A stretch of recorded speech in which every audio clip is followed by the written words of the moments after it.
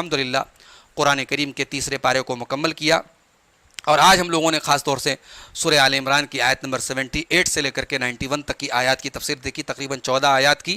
آئیے دیکھتے ہیں کہ ان آیات میں ہم نے کیا سیکھا۔ سب سے پہلی بات تو ہمیں یہ معلوم ہوئی کہ یہودی جو تھے یہ بہت جری قسم کے تھے، اللہ تبارک و تعالیٰ کی نافرمانی کرتے کرتے اتنی جرأت ان کے اندر پیدا ہو گئی تھی کہ وہ اللہ کے بارے میں جھوٹ باندھتے تھے، اللہ کے بارے میں جھوٹی باتیں بولتے تھے، خود سے باتیں گڑھتے تھے اور کہتے تھے یہ اللہ کی طرف سے۔ ظاہر ہے کہ یہ بہت بڑا جرم ہے جو یہ کام کرتے تھے۔ دوسری چیز یہ ہمیں معلوم ہوئی کہ اللہ تبارک و تعالیٰ جب کسی کو نبوت عطا کرے تو اللہ کا کوئی سچا نبی کبھی اپنی عبادت کی دعوت نہیں دے گا۔ سچا نبی اللہ کی دعوت دے گا، اللہ کی عبادت کی دعوت دے گا، وہ کبھی اپنی عبادت کی طرف لوگوں کو نہیں بلائے گا۔ تیسرا مسئلہ ہم لوگوں نے یہ جانا اور سیکھا کہ سب سے بہترین وہ لوگ ہیں جو ربانی ہوں، اور ربانی کن کو کہا جاتا ہے؟ ربانی وہ لوگ ہیں جن کا اللہ کے ساتھ خاص تعلق ہوتا ہے، اور یہ تعلق ان کے اندر جو ہے قرآن کی کتاب کی، اللہ کی کتاب کی تلاوت اور اس کے درس اور اس کی تعلیم کے ذریعے پیدا ہوتا ہے۔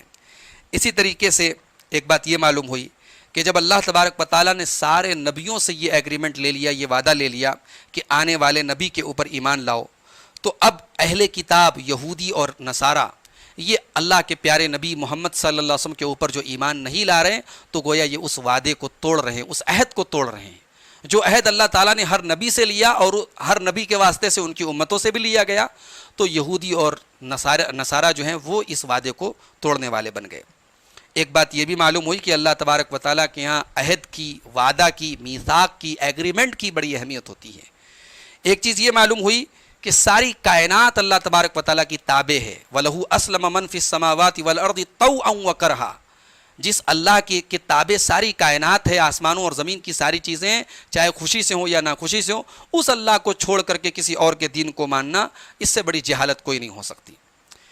اور ایک چیز یہ معلوم ہوئی، ایک اصول معلوم ہوا جس اصول میں کبھی کوئی کمپرومائز نہیں کیا جائے گا کہ وَمَن يَبْتَغِ غَيْرَ الْإِسْلَامِ دِينًا فَلَن يُقْبَلَ مِنْهُ، اسلام کو چھوڑ کر کے کوئی اور دین اگر کسی نے تلاش کیا اور کسی اور دین کے اندر نجات تلاش کرنے کی کوشش کی، اس کو نجات نہیں ملے گی۔ نجات اگر ہے تو دین محمدی کے اندر ہے، اسلام کے اندر ہے۔ یہ وہ اصول قرآن نے دیا ہے جس میں کوئی کمپرومائز کبھی نہیں ہوگا، قیامت تک نہیں ہوگا۔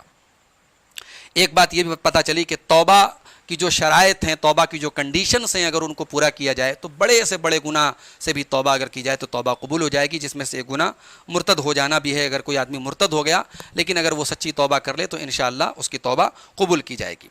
ایک بات یہ پتہ چلی کہ اگر کوئی آدمی کفر کی حالت میں مر جائے تو اللہ تبارک و تعالیٰ کے اس کو نجات نہیں مل سکتی ہے۔ اور ایک چیز یہ بھی معلوم ہوئی کہ توبہ سب سے بہترین وہ ہے جس توبہ کے بعد آدمی اصلاح کے کام میں لگ جائے۔ اللہ نے فرمایا اِلَّا الَّذِينَ تَابُوا مِن بَعْدِ ذَلِكَ وَأَصْلَحُوا، کہ اللہ تعالیٰ نے برے لوگوں سے، کافر لوگوں سے اور ظالم لوگوں سے مستثنیٰ کی ایکسیپشن کیا ان لوگوں کو جو توبہ کر لیں اور اصلاح کا کام کریں۔ تو توبہ کا ایک بہترین راستہ یہ ہے کہ آدمی برائی سے توبہ کرنے کے بعد لوگوں کی اصلاح، اپنی اصلاح اور لوگوں کی اصلاح کے کام میں لگ جائے، دعوت کے کام میں لگ جائے، تو یہ بہترین توبہ کی نشانی ہے۔